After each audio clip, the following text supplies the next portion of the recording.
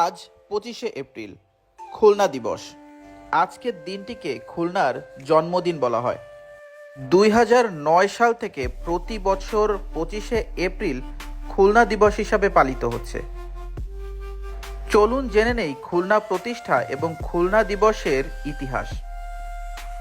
1842 সালে ভৈরব রূপসা বিধৌত পুণ্যভূমি নয়াবাদ থানা ও কিসমত খুলনাকে কেন্দ্র করে নতুন জেলার সদর দপ্তর স্থাপিত হয় খুলনায়। খুলনা মহকুমা প্রতিষ্ঠিত হয় এর মাধ্যমে, যার ফলে ব্রিটিশদের প্রশাসনিক এলাকা বৃদ্ধি পায় এবং ভৌগোলিক অবস্থার কারণে খুলনা গুরুত্বপূর্ণ হয়ে ওঠে।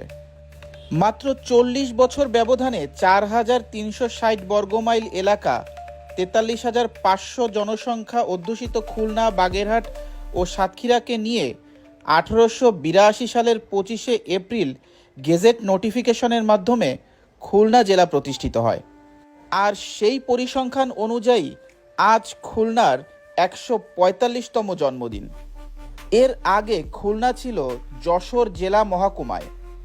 খুলনা প্রতিষ্ঠার পর ব্রিটিশ শাসক ডব্লিউ.এম. ক্লে খুলনা জেলার প্রথম ম্যাজিস্ট্রেট হিসাবে দায়িত্ব পালন করেন। খুলনার ক্লে রোডটি কিন্তু তার নামেই রয়েছে।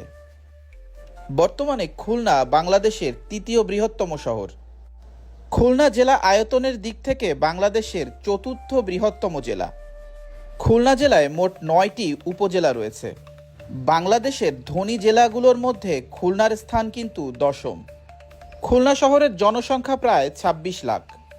খুলনার শিক্ষার হার 80.11%।